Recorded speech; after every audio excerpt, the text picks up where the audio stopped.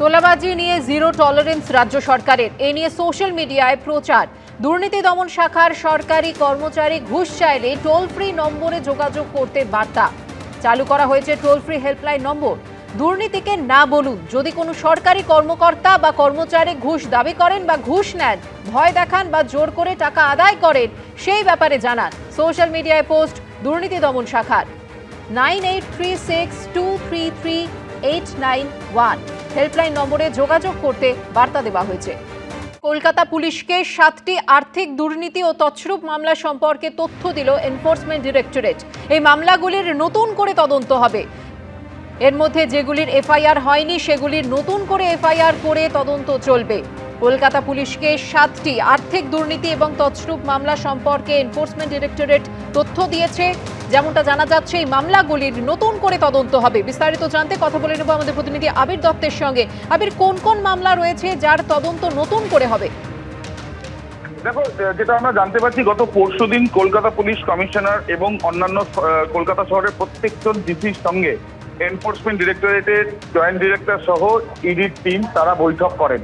এই বৈঠক মূলত তিনটি কারণে। প্রথম, বিভিন্ন শিডিউল অফেন্স নিয়ে আলোচনা হয় এবং দ্বিতীয়, 7টি এরকম কেস যেগুলো তদন্ত করতে গিয়ে বিভিন্ন বিষয় দেখে রিপোর্ট জমা দেওয়া হয়েছে ইডির তরফ থেকে আদালতে।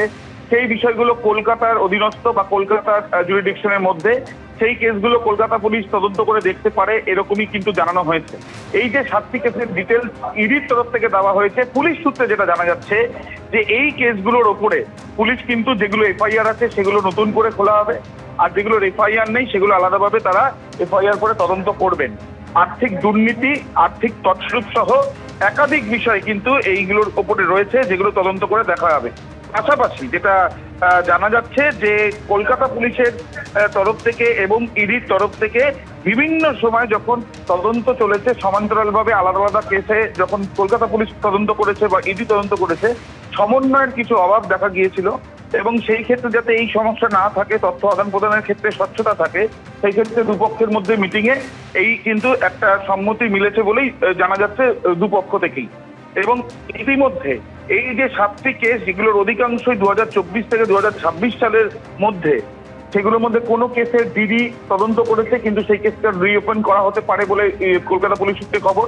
আবার কোনো কেসের এফআইআর রয়েছে কিন্তু সেইভাবে তদন্তের অগ্রগতি নেই, সেই কেস ওপেন হতে পারে। এবং তৃতীয়ত, এফআইআর নেই কিন্তু ইডি বিভিন্ন কেসে তদন্ত করতে গিয়ে এই বিষয়গুলো দেখেছেন এবং আদালতে রিপোর্ট দিয়েছে।